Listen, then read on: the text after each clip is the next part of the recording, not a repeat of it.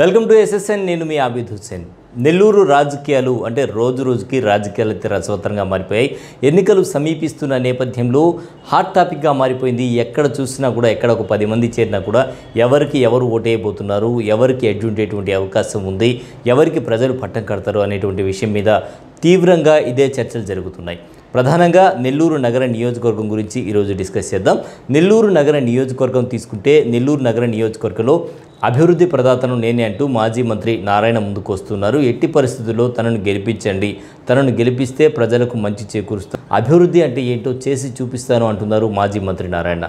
At the same time Khalil Ahmed Jagananna సంక్షేమ పథకాలతో తాను ముందుకొస్తున్నాను, నగరంలో అనిల్ కుమార్ యాదవ్ చేసినటువంటి అభివృద్ధిని చూసి తనను గెలిపించండి, మంత్రిగా ఆయన చాలా అభివృద్ధి చేశారు, ఆ అభివృద్ధిని చూసి నన్ను గెలిపించండి. అలాగే సంక్షేమ పథకాలు తీసుకుంటే నవరత్నాలు సంక్షేమ పథకాలతో ప్రతి ఒక్కరికి లబ్ధి చేకూరింది, లబ్ధి చేకూర్చిన వాళ్ళందరూ కూడా తనకు ఓటేయండి, అలాగే మిగతా వాళ్ళు కూడా తనను ఓటేసి గెలిపించండి అని చెప్తున్నారు. మైనార్టీ అభ్యర్థి నేను, సామాన్యుడిని, తనకు డబ్బంటూ లేదు, సామాన్యుడిని నేను, సామాన్యుడిగా మీ ముందుకు వస్తాను, మీలో ఒకరిని, ఖచ్చితంగా మీకు నేను సేవ చేస్తాను అని ఖలీల్ అహ్మద్ అంటున్నారు.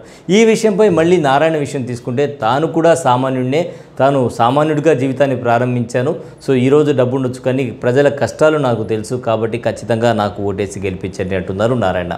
అదేవిధంగా తీసుకుంటే నగరంలో అభివృద్ధి విషయం తీసుకుంటే 90% అభివృద్ధి పనులు మేము చేశామని నారాయణ చెప్తుంటే, లేదు మీరు వచ్చేటప్పటికే అభివృద్ధి అనేది అండర్ గ్రౌండ్ డ్రైనేజీ వ్యవస్థ అనేది నెల్లూరులో ఉంది, మీరు వచ్చిన తర్వాత పెద్దగా చేసింది ఏమీ లేదు అనే వాళ్ళు అంటున్నారు. సో ఈ నేపథ్యంలో వాదోపవాదాలు అయితే తీవ్రంగా సాగుతూ ఉన్నాయి, ఒకరి మీద ఒకరు వాదనలు చేసుకుంటూ ఉన్నారు.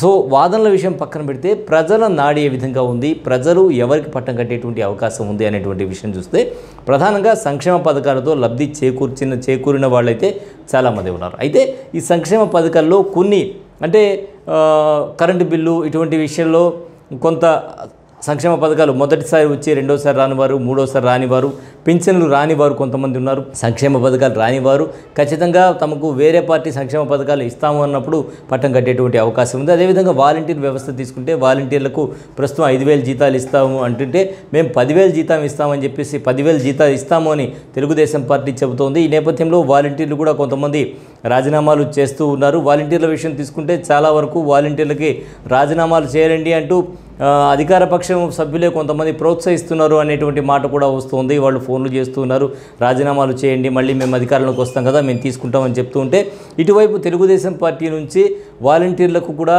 కొంతమందికి మా పార్టీలో చేరండి, మా పార్టీలో చేరండి అనేటువంటి మాట కూడా వినిపిస్తోంది అని చెప్పి తెలుస్తోంది. కొంతమంది వాలంటీర్లు ఇప్పటికే తెలుగుదేశం పార్టీ తీర్థం కూడా పుచ్చుకోవడం జరిగింది.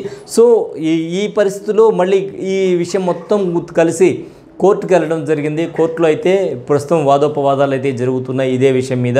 వాలంటీర్లు మరి ఎన్నికల విధుల్లో పాల్గొనకుండా చేయాలి, ఎట్టి పరిస్థితుల్లో కూడా వాలంటీర్లు రాజీనామా చేసినా చేయకపోయినా వారు రాజీనామాలని ఎన్నికలు అయ్యేంత వరకు యాక్సెప్ట్ చేయకూడదు అనేటువంటి మాట కూడా వినిపిస్తుంది. సో ఈ ఎపిసోడ్ పక్కన పెడితే మరి ఎవరు గెలవబోతున్నారు అనే విషయం తీసుకుంటే, ప్రజలైతే ఆలోచిస్తూ ఉన్నారు.